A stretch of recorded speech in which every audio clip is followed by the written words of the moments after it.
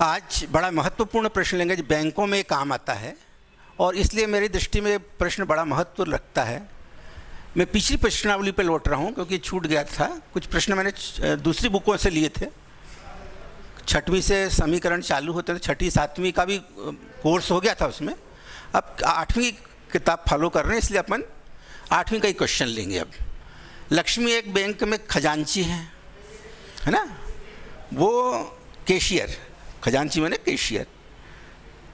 उसके पास नकदी के रूप में जो नोट हैं वो 100 रुपये के नोट हैं, 50 रुपये के नोट हैं और 10 रुपये के नोट हैं।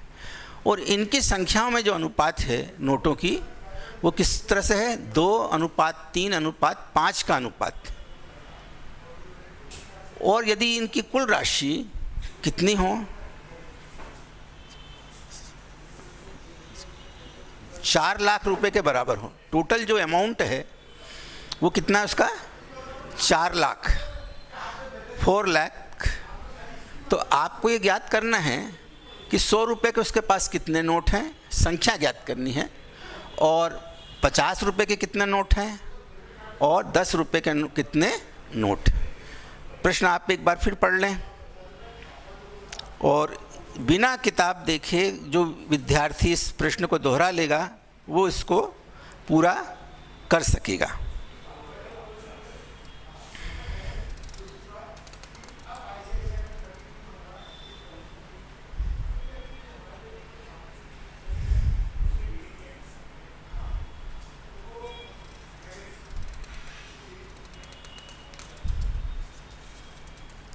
ठीक है, देखो मेरे पास बुक नहीं है, मैं प्रश्न आपको बताता हूँ।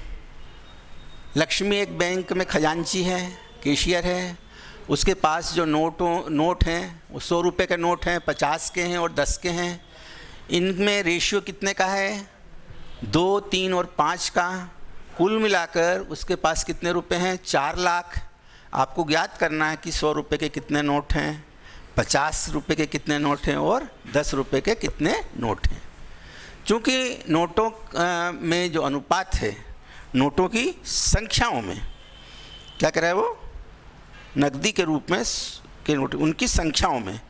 चूँकि संख्याओं में, अब यहाँ से हल चालू होगा। चूँकि नोटों की संख्याओं में,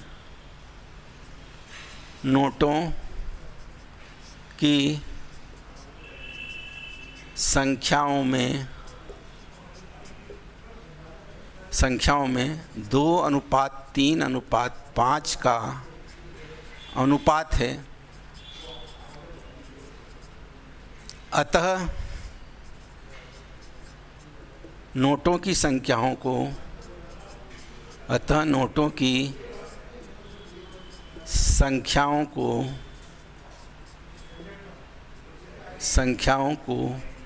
क्रमशः 2x, 3x और 5x मान सकते हैं। 5x मान सकते हैं। ठीक। अब देखिए, मैं एक उदाहरण आपको देता हूँ। जैसे मान लो 20 रुपये के आपके पास नोट हैं। 20 रुपये कितने नोट हैं? आप 3। तो अपने पास कुल कितने रुपए हो गए? आप 3 से गुणा करेंगे, संख्या का गुणा उस नोट की कीमत में कर देंगे। 20 रुपये के 3 नोट, 20 रुपये के 3 नोट हैं आपके पास, नोट हैं। अब नोटों की संख्या कितनी आपकी? 3। और जो नोट है वो, उसकी कीमत कितनी है? 20 रुपये। इसलिए 3 नोटों की कुल कीमत कितनी हो जाएगी? 20 × 3 = 60 रुपये। इसी सिद्धांत का हम यहाँ भी उपयोग करेंगे। इसलिए 100 रुपये के नोटों का मूल्य, अतः 100 रुपये के नोटों का मूल्य, 100 रुपये के मूल्य शब्द दे रहा नहीं है अपनी जो बुक में, क्या दे रहा है? नकदी के रूप में। हाँ, मूल्य, मूल्य शब्द है, प्राइस। अतः 100 रुपये के नोटों का मूल्य 100 गुणित 2x बराबर 200x। 50 रुपये के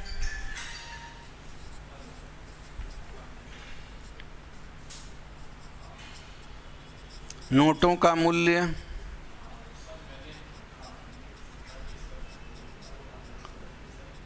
50 गुणित 3x 150x। 10 रुपये के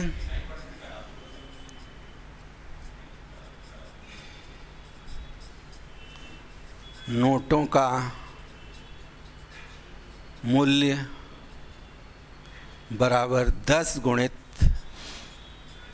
5x बराबर 50x। ये बात समझ में आ गई, ये मूल्य। अब उस कैशियर के पास, लक्ष्मी जो कैशियर है, उसके पास टोटल अमाउंट कितना है? 4 lakh. प्रश्नानुसार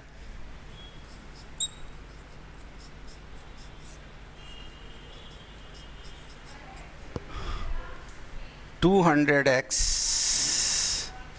plus 150x plus 50x is equal to 4 lakh.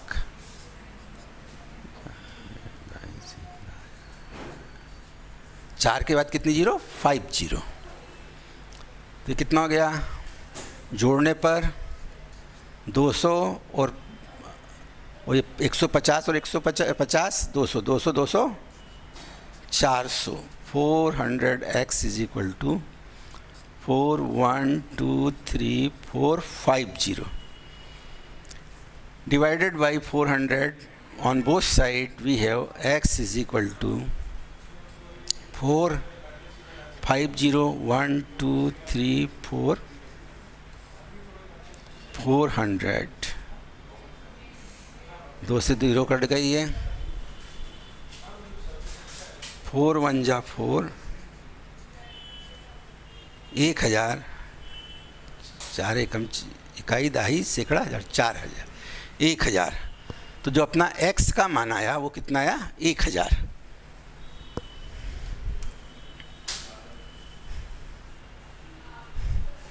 अतः नोटों की संख्या, अतः रुपये 100 के नोटों की संख्या बराबर 2x बराबर 2 गुणित 1000 बराबर 2000।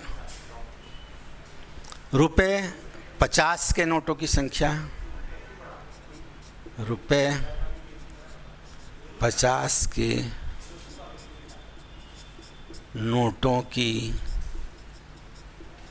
संख्या बराबर 3x। 3 इंटू 1000 3000। और अंत में 10 रुपये और रुपये 10 के नोटों की संख्या,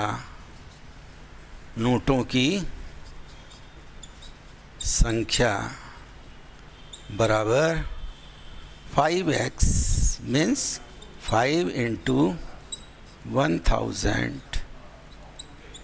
5000। तो जो कैशियर लक्ष्मी थी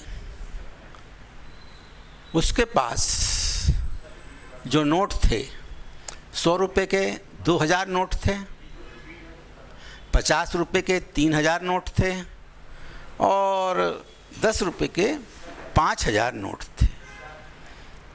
ठीक, इस तरह से ही आपका सवाल कंप्लीट होता है।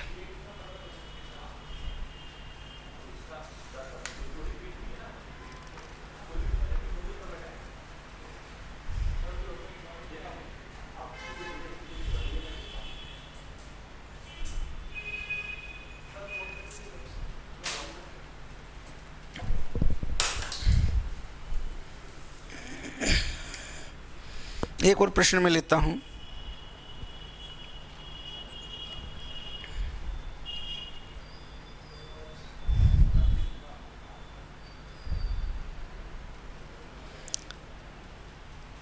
तीन लगातार पूर्णांक। क्वेश्चन क्या कह रहा है? तीन लगातार पूर्णांक। इसमें थोड़ी सी बात एक समझने की है, बाकी का आप कर लेंगे।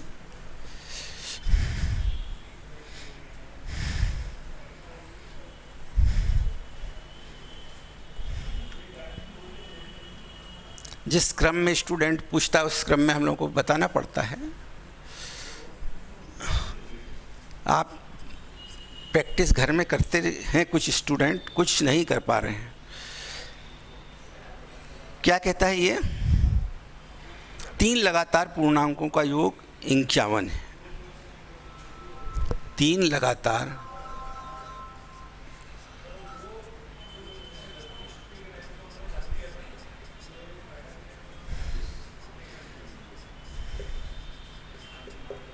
पूर्णांकों का योग कितना है? योग तीन लगातार पूर्णांकों का योग 51 है। पूर्णांक ज्ञात कीजिए। पूर्णांक ज्ञात कीजिए। ये था आपका क्वेश्चन पॉइंट 2 का 6th।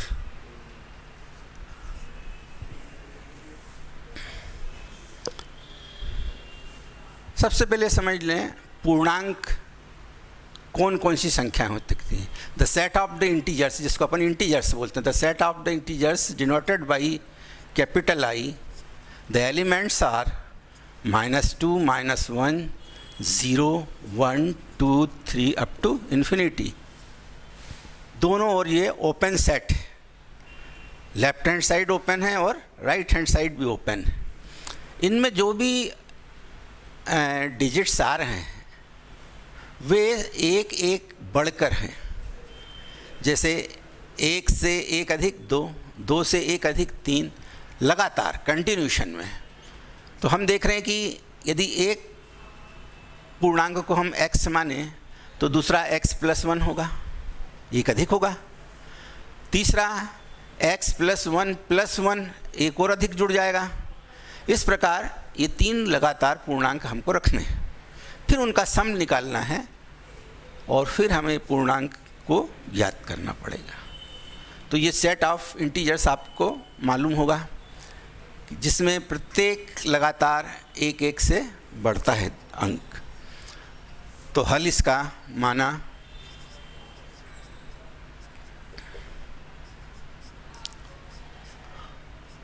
माना तीन लगातार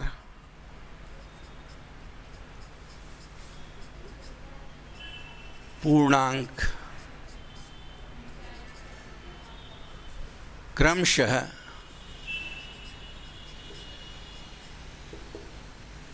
x, x + 1, x + 1 + 1, या इसको हम लिख सकते हैं x + 2 हैं। ठीक। प्रश्नानुसार जब अपने को भाषा पूरी समझ में ना आए तो आप प्रश्नानुसार लिख दीजिए। तो जो भी प्रश्न कह रहा है वो आपकी बात का समर्थन होता है। प्रश्नानुसार तीनों का योग x + x + 1 + x + 2 = 51। कंसेक्यूटिव शब्द 3 कंसेक्यूटिव नंबर्स, ये भी शब्द उपयोग किया जाता है, कंटिन्यूशन में है इसलिए 3 consecutive numbers = 3x + 3 is equal to 51। तीनों का योग हमें दिया था कितना? 51। x plus x plus 1 plus x plus 2 51। This implies 3x 51 minus 3, 3x बराबर 48, 3 8 11, या x बराबर 48/3 बराबर 16। 4 एकम 4, 3 एकम 3, रिमाइंडर 1, 3 छंग 18 x। अतः 3 लगातार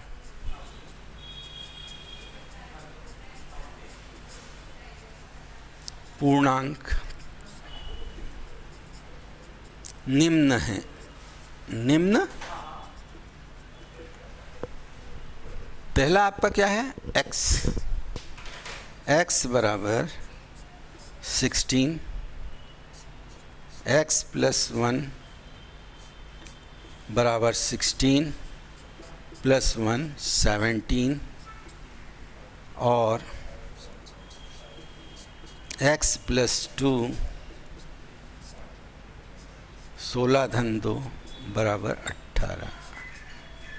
देख सकते हैं आप सामान्यतः तीनों का जोड़ 51 होना चाहिए। 16 17 18, 8 7 15 6 21, कैरी 2, 3 2 5। ये लगातार 3 पूर्णांक अपने पास आ गए। तो इस तरह से भी हम प्रश्न कर सकते हैं।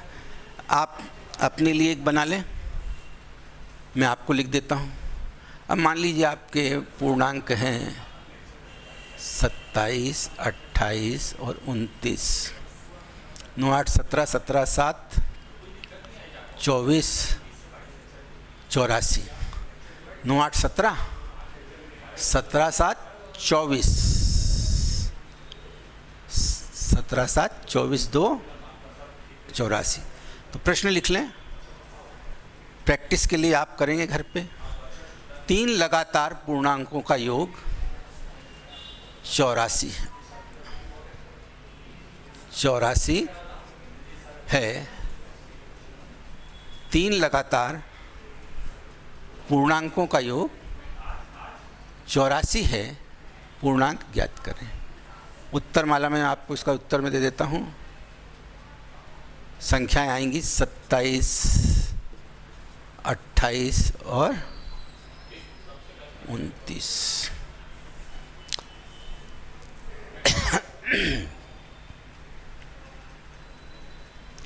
आप कर सकते हैं इसको ठीक इसी प्रकार। माना 3 लगातार पूर्णांक क्रमशः ये हैं। योग केवल यहाँ चेंज करना पड़ेगा आपको।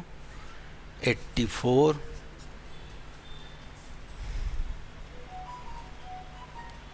84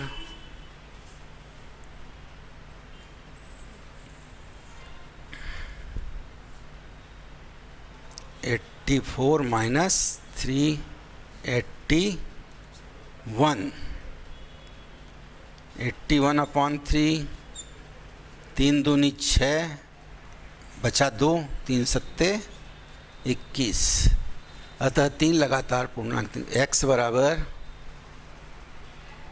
27 धन 1, 27 धन 1 बराबर 28, 27 धन 2 बराबर 29। वेरिफिकेशन।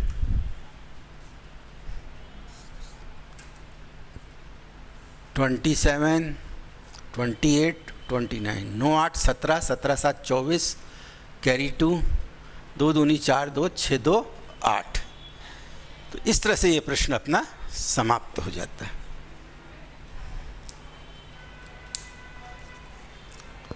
तो इन प्रश्नों को आपको अपने से करना है।